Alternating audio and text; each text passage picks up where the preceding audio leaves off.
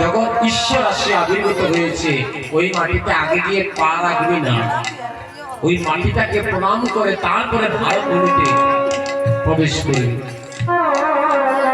এই যে বাবার একটা শিক্ষা, বাবার একটা শিক্ষা নিয়ে আজকে আপনাদের ভারতের মাটিতে এসেছি। আজকে হয়ে যাচ্ছে প্রায় 9 দিন। লক্ষ্মীবতী মায়েরা গো, সন্তান কি বলবো মায়ের কথা, ছেলেকে বিবাহ করা, বিয়ের কয়েকদিন যেতে না যেতে ছেলে আসিয়া মারে বলে, মাগো আমি তো একা একা থাকি, রান্না বান্না করতে আমার একটু কষ্ট হয়, তোমার ছেলের বউকে তখন সঙ্গে করে নেওয়া লাগে, তোমারও যদি সঙ্গে নেই তাহলে এত কষ্ট করিয়া গ্রামের বাড়িটা বানাইলো বাবা, এই বাড়িটা রেখে দেখতো, তুমি থাকো আর তোমার ছেলের বউটার আমার সঙ্গে না। মা সন্তানের সুখের লাগিয়া মা সারা জীবন দুঃখ করে, কষ্ট করে। সন্তান যদি কুপুত্র হয়, মায়ে নাহি ফেলে, হাজার দোষ রাখিয়া মায়ে তারে তবু ফালে। বৃদ্ধ মা একা একা বাড়িতে কেমন করে থাকবে, একা থাকাটা বড় কষ্ট হয়ে যায় মায়ের। তাই আজকে মা ছেলের কথা শুনিয়া বলে, যাও বাজা, তোর যেমন সুখ সুখ হয়, শান্তি হয়, আমার তাতে কোনো বাধা নাই। বৃদ্ধ মা মৃত্যুকাল মরণের সময় চলে এসেছে, সন্তান যখন মার থেকে দূরে চলে যায়, ওই মায়া বেশি দিন বাঁচতে পারে না। সন্তানের সুখে ওই মার বেশি দিন ধরে থাকতে পারে না, এই জগতে বাঁচতে পারে না। জানেন, সন্তান যখন চলে গেছে, জগতের মানুষকে হাসি মুখ দেখালে, একা যখন মা রাত্রিবেলা ঘুমাইতে বালিশে মাথা দিয়ে সন্তানের লাগিয়া মা দিবানিশি কাঁদতে, এত কষ্ট করে সন্তানকে বড় বানালেন। সন্তান মারে ছাড়িয়া অন্যত্র বসবাস করছে তার সন্তানাদি পরিবার নিয়ে, কিন্তু মারে দেখার মতো তার সেই শব্দটা হলো না। বিছানায় ছটফট করছে, ব্যাধি হয়েছে, মৃত্যুকালে দেখা দিয়েছে।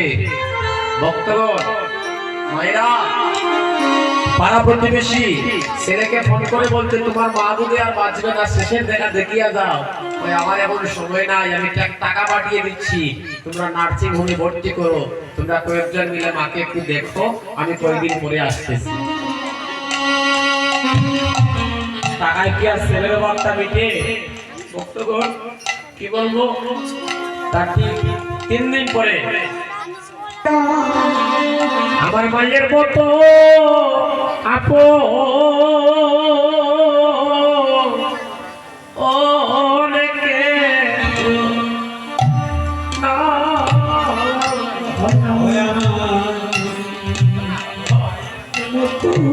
মায়ের মতো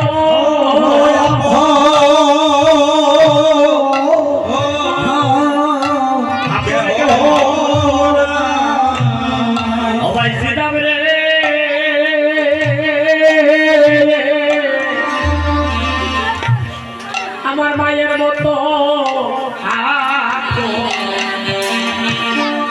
আপন কেহ না,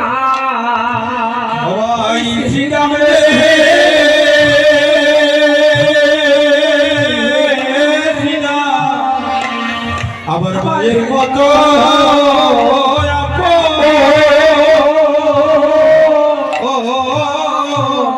কেহ না, আমার মায়ের মতো আপন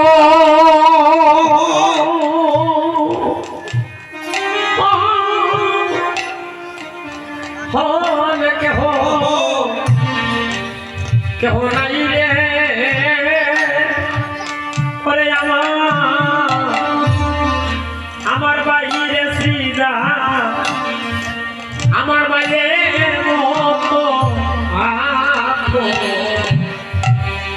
আপন কেহ না, আমার মায়ের মতো